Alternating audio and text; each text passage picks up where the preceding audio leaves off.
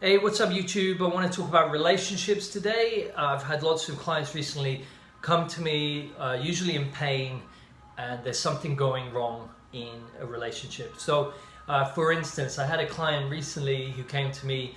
They were really depressed and devastated. They were in bed, so they couldn't even get out of bed. And they had broken up with their partner, and they were very, very disappointed, and they couldn't get out of bed, and they were really struggling. So what I did was I looked at how that person, so it was a she, how she felt about it. So we brought up all the things that were bothering her. So all the thoughts or beliefs in her head that had emotions attached to them. So I kind of just went for the whole session, like I thought it would work, but I'm worried I'll never meet someone. Okay, how do you feel about never meeting someone? Oh my God, depressed, upset, really sad, grief. Okay, and so we took that initial belief. So I was looking for the strongest belief sort of coming up onto the computer. So I'm waiting for it. I write it down. I say, so if you never meet anyone again, that would bother you. Yes, 10 out of 10, blah, and sadness. So we cleared that first belief, so that the belief had no emotions wrapped around it. So when I asked them, so if you never meet someone again, how do you feel? And they're like, actually, that doesn't bother me. Okay. And then we went through the rest of the session looking at how she felt about the situation. And what actually came up, which was, well, not surprising for me, but for her, and I just think it's never looked at, is she was picking up on a lot of her ex's problems. So she was saying, oh, my self-esteem is low. When I checked in with her, it wasn't her computer that had low self-esteem, it was the ex-partners. She was picking up on that, like resonating with their computer and running it as her own. So the moment she realized that, it was gone. So she didn't have any self-esteem issues anymore. And so we did a session follow-up, and then I heard back from her, and she'd worked everything out with the guy. So he changed, she changed, and therefore none of the weaknesses or false beliefs and untruths were there anymore. So we pulled them away. So on her goggles, so to speak, the dirt had been removed, or the windscreen, she could see she was more herself, less these untruths, and therefore the relationship was allowed to like have a bit of oxygen and work. Okay, so that's one example. I had another client who the partner cheated on her, and she was devastated and really in a bad way. So the session she was saying like she felt real guilt. That was the ex that she was picking up on. Literally the whole session she was picking up on his emotional trauma from his childhood, everything that he was running that was making him kind of cheat on himself. He was cheating on himself. Anyone who keeps cheating on people is really cheating on themselves, because they're ruining relationships, and they're the ones that are, they're just cheating themselves in the end, cheating themselves out of loving relationships. So I cleared all the stuff that she was picking up in him. He changed instantly. How did we know? Because she felt differently instantly about all the beliefs that were hurting her. And we got to the end of the session, she was like rock solid, no problem at all with the relationship. She was back to herself, again, back to herself. And so she's back to having really strong boundaries and understanding, having a lot more truth or understanding in the relationship, which is great. So whenever I work with someone, they're in devastator, in pain, it's very quick to clear all of that. Now, I wish I'd known that when I was 16 and I was devastated over a relationship, to the point where I preferred to hurt myself physically. That was nicer than the actual emotional pain. But I didn't know that then, and that helped me discover what I know now and be able to help other people. So I kind of, I suppose, appreciate what I went through there. It made me who I am today. I had another client again, it was more, I've been working with this client for a while. He says, I have self-esteem issues when meeting women. I don't think beautiful women would be interested in me. So I took that belief. So he had that belief, therefore it's truth for him. There's no truth to it, but it was running his life. So I said, so how do you feel that you beautiful women wouldn't be interested in you? And he said, disappointment, sadness, limitation, blocked. And the first thing that actually came up around that is beautiful women don't find themselves interesting. That particular weakness for him it wasn't him, it was the beautiful women he was talking about. So he cleared that, came back to his belief it would gone, and then and this is what happens normally. There's usually never one thing around a relationship. I'm sure you can relate to that. There's going to be multiple beliefs, kind of like a cluster or a big onion around women or relationships, or if you're a woman around men, or if you like same sex, whatever. It's usually multiple opponents, a cluster. So then he said, I think women will find me boring. I said, okay, how do you feel that you think women will find you boring? Because that to him was the truth. It was painful. He said, yeah, painful, I think, and sadness. So when we looked at it, he finds women boring. He did. That's the truth. And when he realized that, so I just guided him to the truth. And I went back to the baseline and said, okay, so think about women finding you boring. And he was like, oh, it's gone. That belief no longer is there. There's no truth to it. And so we just kept working away until there was no beliefs around women.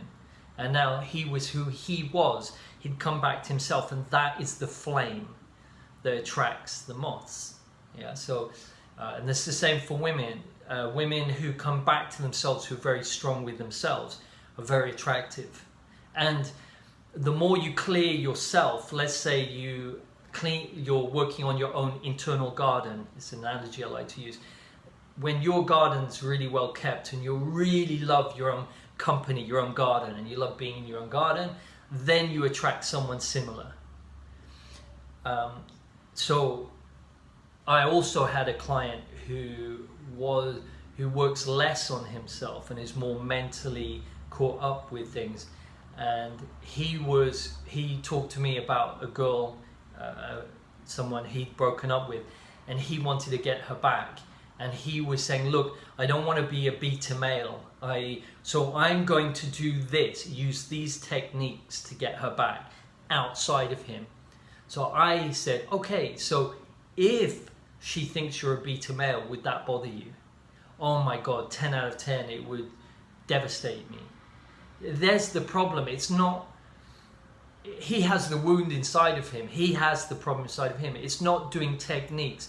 So if you're a man and you're worried about being beta male, or you're worried that women will think you're beta, or that you're a wimp or pathetic or boring, that's in you. You got to clear it. And the same for a woman. If you worry that a man will think that you're, I don't know, then that's in you, and you need to clear that off your computer. It might not be yours, but it's affecting your internal computer. So with that guy, I had to work on getting him neutral to being beta.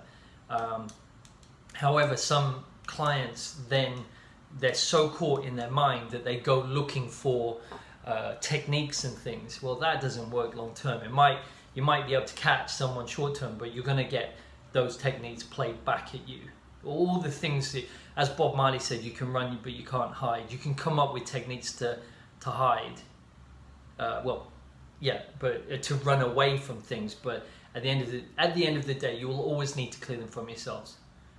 You can run but you can't hide. It will always come back. So your greatest fears in relationships, you will always attract. That's super important.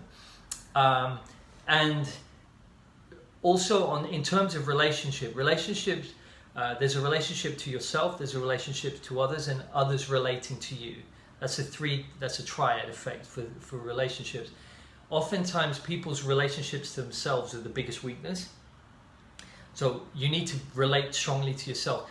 In terms of when people talk about self-esteem, they're talking about the value you offer.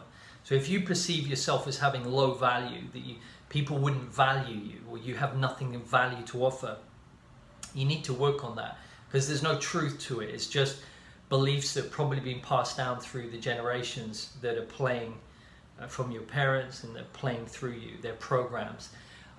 And that's important also with money. So a lot of people come to me, clients who want to work on money, but actually money isn't the weakness, it's relationships. So in business, you need your relationships to clients, the client's perception of your value. It's all relationships and connections. And just to throw in some crypto, smash up the like button. That's what all the crypto gurus say. Smash up the like button, smash up the subscribe button. In crypto, you've got to look at how you perceive yourself and relate to yourself as an investor. How comfortable you in your intelligence do you feel that you can go and understand and learn about investment? That's a relationship to yourself. And then also what I find quite interesting is when say investments are going down, you're desperate for them to go up. And this is something I found, but when they go up and everything's in the green and you got the money, there's a loss of interest in it. So I'm like, oh, I'm desperate for it to go up. When it does, I'm less desperate. So that there's a lot of it's the expectation that's quite exciting, and that needs to be worked on. So if it goes up or down, you need to be completely neutral. You have an end goal investment, which is, say, to have that amount of money, and there shouldn't be any emotions to it. If you're playing, if the excitement's there, there's always going to be a little bit, but you want to be as neutral as you can. And just to jump into something completely different, exactly the same is if I'm working with, say, a footballer and he wants to score goals, he needs to be totally neutral about that. Like, not excited. It's like, enjoy scoring goals, but if you're worried about not scoring goals, then that's a problem. So you just need to be like, it's like breathing. You don't think about breathing. You scoring goals, you don't think about scoring goals. Investing, you don't want to think about it, you just want to do it. And relationships need to be much less mind and much more, get rid of the beliefs and then connect with the person on a physical intelligence level.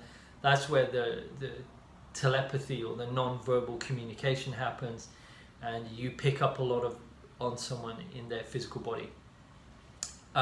So I could talk to you all day about relationships and more specific details, but I just wanted to get kind of document my own thought patterns or thoughts, my own thought structures on relationships, and how important it is to look at find the truth and not just say shit like, I have low self-esteem. Because if you're listening now and you say to yourself, you believe you have low self-esteem, in saying I have low self-esteem, if that was the answer, it would instantly resolve it. So if you say to yourself, I have low self-esteem, and it doesn't go, it means it's not it. If you read books and it says, oh, you have this, and it doesn't resolve it, it's not that, and the book is harming you. Yeah, so I'll say this and I'll keep saying it in all my videos, because it's absolutely one of the most incredible things you can ever know in this reality, is when you find the answer, it instantly resolves it. So if you find where if you go, I've got low self-esteem, it should instantly resolve it. If you say I have low self-esteem and it's still there, it's not the answer. Okay, that's a bit cryptic, but we'll go more into that. Any questions, please ask below. I'd love to have a chat with you. I hope you enjoyed the video. Smash up the like button and subscribe, because I'm going to be doing a lot of these. Okay, cheers guys. Enjoy your weekend.